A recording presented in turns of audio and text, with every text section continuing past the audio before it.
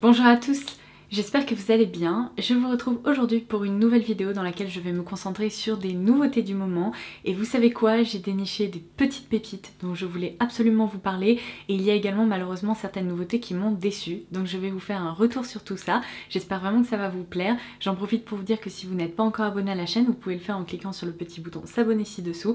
C'est gratuit, ça vous permettra de louper aucune vidéo. Et si vous voulez être sûr de ne jamais louper mes contenus, vous pouvez également cliquer sur la petite cloche. Allez, c'est parti, on commence tout de suite. Première nouveauté du moment, la marque Manucuriste vient de lancer sa gamme de crème pour les mains. C'est une nouveauté au sein de la marque puisque jusqu'à présent, ils n'en proposaient pas. Et alors je vais vous dire, il ne s'agit pas de n'importe quelle crème pour les mains. Donc je voulais vous proposer un petit focus dessus parce qu'elles sont hyper réussies. Après avoir échangé avec l'équipe, j'ai appris que ça faisait plus de 2 ans qu'ils travaillaient sur ce lancement.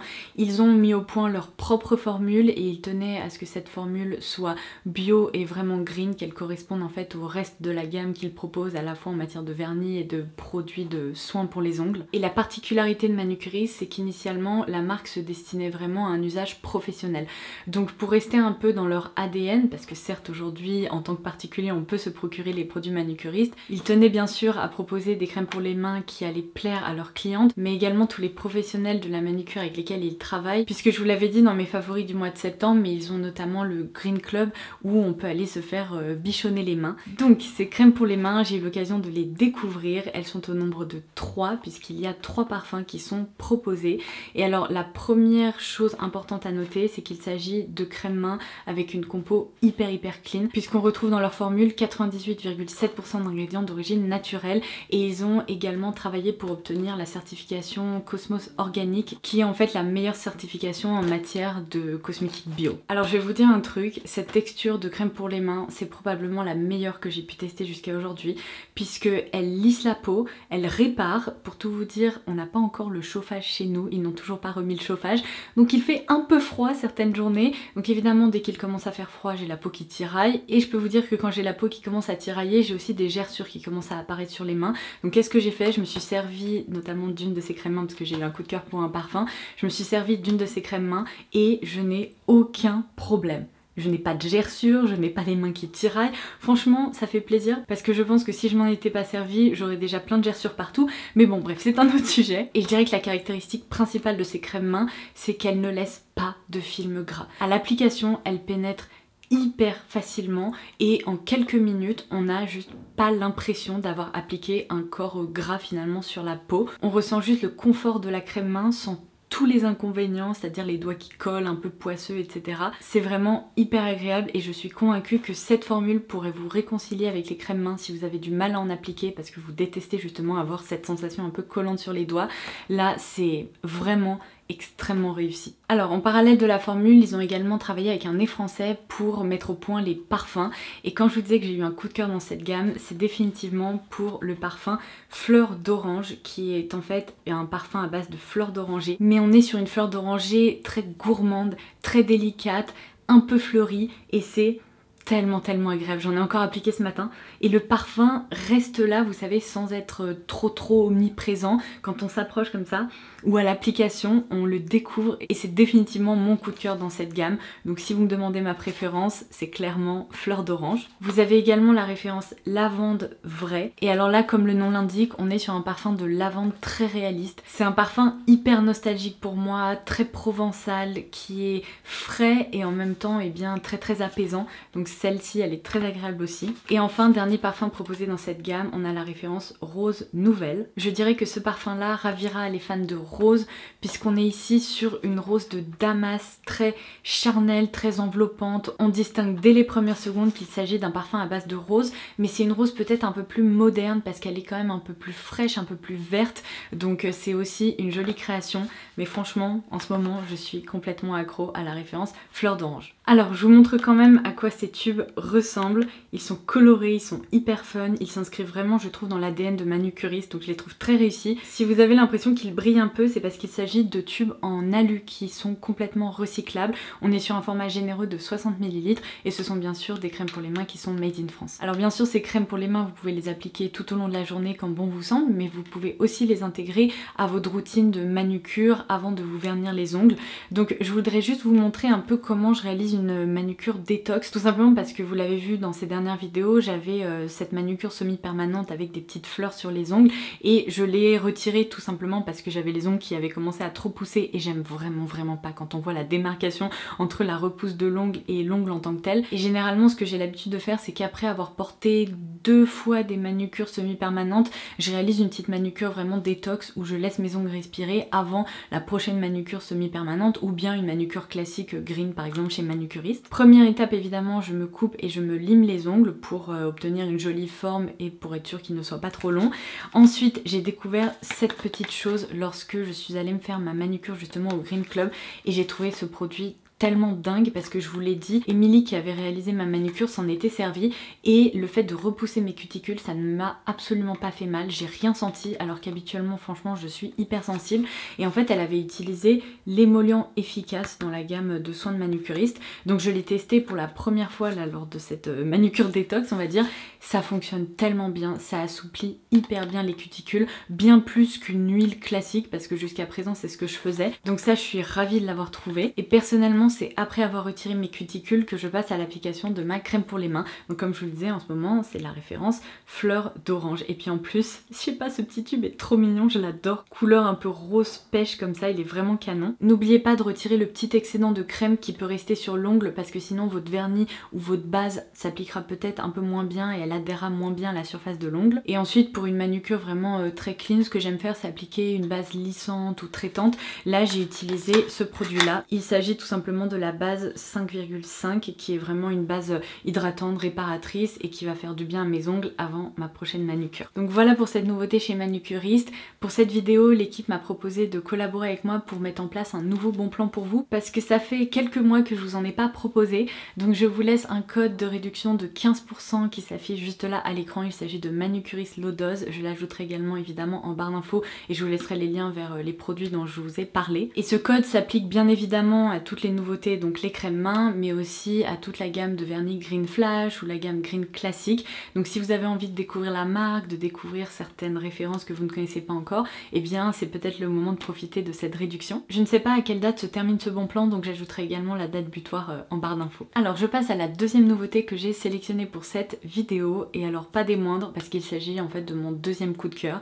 Il s'agit d'une palette. Je me suis maquillée aujourd'hui avec, je ne sais pas si vous louchez un peu sur mon make-up, mais c'est bien simple, cette palette m'a bluffée sur toute la ligne, j'ai halluciné, je pense que c'est l'une des meilleures palettes que j'ai pu tester cette année. En plus j'ai été très surprise parce qu'il s'agit d'une marque que je ne connais que très peu, je crois que j'ai testé une seule palette de chez eux jusqu'à présent, mais alors là, bon ok, j'arrête de faire durer le suspense comme ça, je vais vous la dévoiler. Je vais vous parler de cette palette qui porte la référence Carnival The Antidote de la marque Be Perfect. Alors on est d'accord, il s'agit d'une grosse palette, mais alors il y a ce qu'il faut, vous allez pouvoir réaliser tous les maquillages que vous voulez pour cet automne-hiver, puisqu'en plus la sélection colorée est parfaite selon moi pour cette saison. Il y a des espèces de trio de colonnes comme ça que vous pouvez vraiment considérer comme une harmonie en tant que telle, ou bien aller piocher un peu n'importe où dans la palette. Donc pour me maquiller les yeux aujourd'hui, comme vous pouvez le voir avec ce maquillage un peu kaki, évidemment je suis allée piocher par ici, mais j'ai également réalisé un maquillage que je vais vous montrer dans lequel je suis allée piocher plutôt vers des tons un peu... comment expliquer, un peu bronze, taupe, lumineux et tout ça, et j'ai adoré le maquillage que j'ai créé avec. Vous avez aussi, si vous aimez la couleur, pas mal d'options un peu orangées, roses, également beaucoup de neutres qui se sont cachés dans toutes ces colonnes. Mais alors ce qui m'a complètement bluffé, c'est définitivement la texture des fards.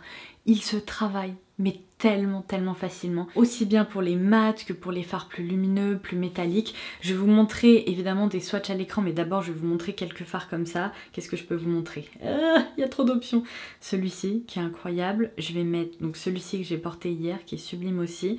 Et puis bon évidemment j'ai envie de vous montrer les fards lumineux parce que ce sont les fards que je préfère porter, mais je vais aussi vous swatcher par exemple une couleur un peu compliquée comme celle-ci. Regardez comme ils sont doux, lisses, et en même temps, bon, ceux-là réfléchissent à merveille la lumière. Celui-ci c'est un fard mat. Vous voyez à quel point il est homogène, et alors sur les yeux, ça se travaille aussi facilement que lorsqu'on les swatch. Ils sont mais bluffant, ces fards, complètement bluffant. J'aime absolument tout à propos de cette palette. Donc comme promis, je vous laisse des swatchs à l'écran. Je vous ai proposé des swatchs 3 colonnes par 3 colonnes parce que sinon je n'avais pas assez de surface sur ma main parce qu'il y a énormément de couleurs dans cette palette. Donc on commence par la première harmonie avec une dominante de rose, rouge, de couleur chaude, moutarde qui seront parfaits justement pour cette saison. Ensuite je continue avec l'harmonie qui est vraiment peut-être la plus neutre avec les teintes les plus faciles à porter au quotidien, mais il y a quand même quelques jolies couleurs qui se sont cachées dans ces colonnes. Et enfin je termine par cette ode à la couleur verte. On retrouve du kaki, du vert Hulk, du vert pomme, du vert forêt, du vert sapin, enfin c'est incroyable la déclinaison de vert qu'on retrouve juste là et j'adore vraiment le fait qu'on puisse créer à la fois des looks très smoky et en même temps des looks plus lumineux en incorporant ces superbes fards très métallique. Donc faites-moi confiance si vous êtes à la recherche d'une nouvelle palette pour cette saison et que vous avez envie d'opter pour une grande palette comme ça avec pas mal d'options, celle-ci c'est la meilleure que vous pourrez trouver et de loin.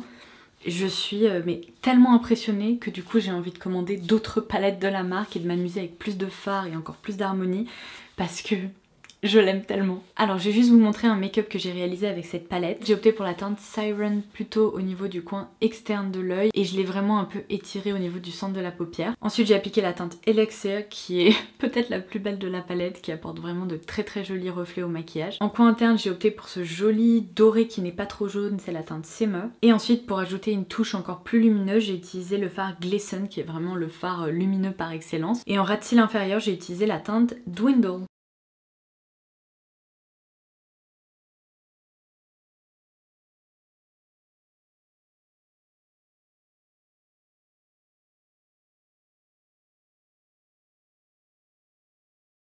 Troisième nouveauté du moment dont je voulais vous parler, il s'agit une nouvelle fois d'une palette. J'ai un peu hésité à l'incorporer dans cette vidéo parce que je me suis dit que 2 palettes ça faisait peut-être un peu beaucoup, mais déjà c'est une nouveauté qui est très attendue et ensuite il s'agit quand même d'une palette qui n'a rien à voir avec la précédente, donc je vais quand même vous en parler. Il s'agit de la nouvelle mini palette Metropolis qui est sortie donc chez Natasha Denona pour ses fêtes de fin d'année. Je vous avais proposé une petite preview dans ma vidéo Beauty News et là je reviens vous en parler puisque j'ai réalisé des make-up avec.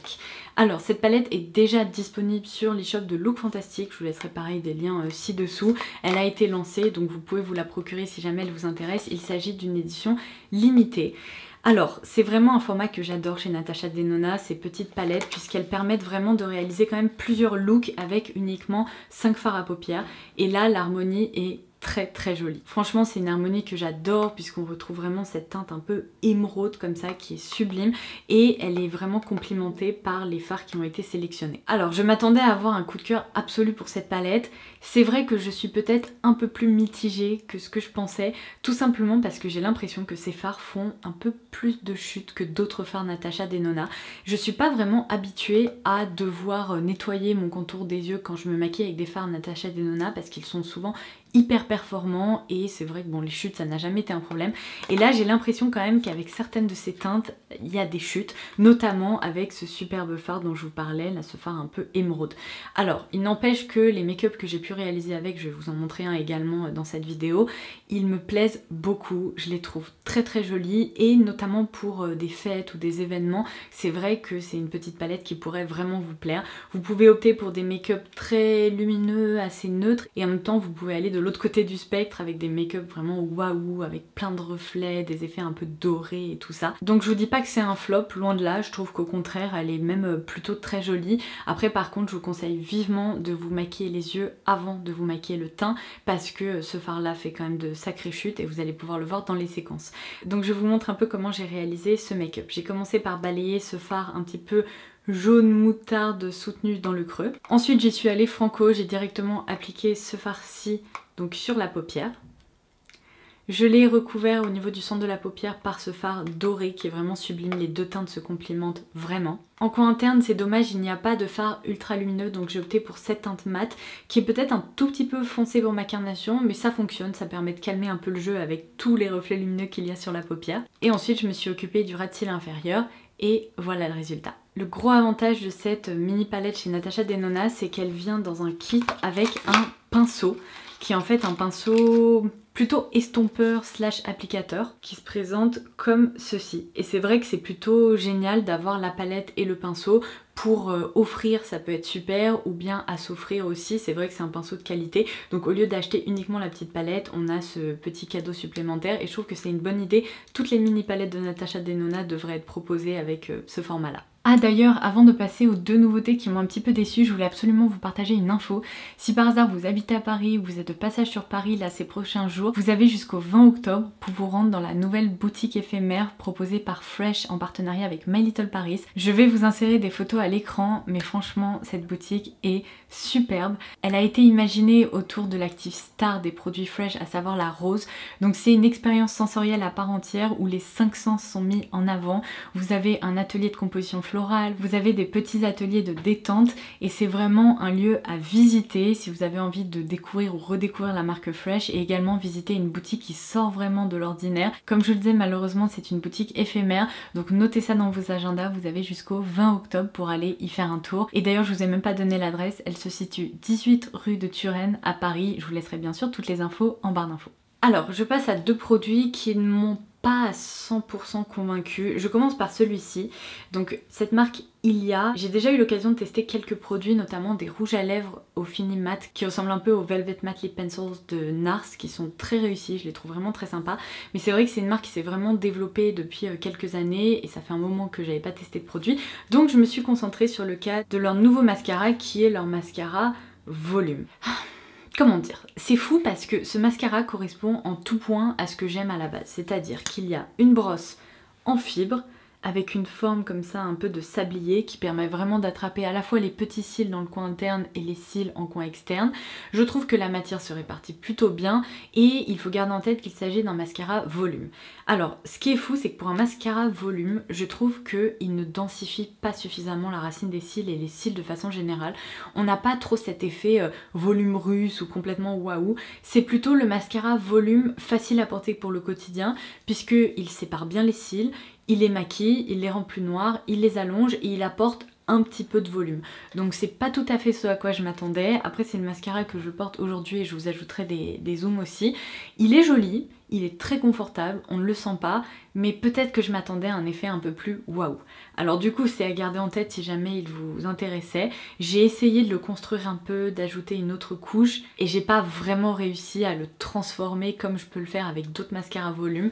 Donc pour le quotidien, franchement il est nickel, ça fonctionne bien. Après pour les make-up un peu plus chargés, les smoky ou les jours où j'ai envie d'avoir des cils ultra longs, ultra étoffés, c'est peut-être pas la référence vers laquelle je me tournerai. En tout cas voilà, c'est une nouveauté du coup qui me laisse un peu mais. Elle est sympa, pas exceptionnelle. Si vous aviez visionné ma dernière grosse vidéo haul de produits américains, vous vous souvenez peut-être que je vous avais parlé de ce nouvel highlighter de la marque Physicians Formula, c'est la référence Diamond Dust. Alors ce produit du coup est déjà disponible et en plus l'avantage c'est que j'ai pu le voir sur d'autres sites revendeurs européens. Il faut que je vérifie mais je crois qu'il est arrivé sur Beauty Bay typiquement. En tout cas je vous laisserai ça en barre d'infos pour que vous n'ayez pas à le rapatrier des États-Unis. C'est plutôt pratique qu'il soit désormais dispo en Europe. Je pensais pas qu'il allait arriver parce qu'il y a certains produits qui n'arrivent jamais ici, mais en tout cas bon, ça c'est la bonne nouvelle. Enfin, je vous dis une bonne nouvelle, je ne sais pas si c'est une si bonne nouvelle que ça parce que sincèrement c'est peut-être mon flop de cette vidéo. Je m'attendais à un highlighter waouh qui puisse créer un effet un peu glass skin avec plein de reflets, presque vous voyez un peu nacré sur le visage, et c'est vrai que je suis déçue parce que la pigmentation n'est pas vraiment au rendez-vous. C'est un highlighter qui joue complètement sur la transparence et il s'agit en fait d'une base avec plein de micro paillettes avec des reflets plutôt roses à l'intérieur. Donc non seulement les reflets roses c'est pas ce que je préfère, mais en plus le look avec plein de micro paillettes, c'est pas ce que je recherche non plus au quotidien. Et cette fois-ci, contrairement à l'highlighter Fenty un peu dans le même genre, je vais pas vraiment pouvoir le détourner en fard à paupières parce que la base est trop transparente, c'est pas suffisamment waouh pour les yeux.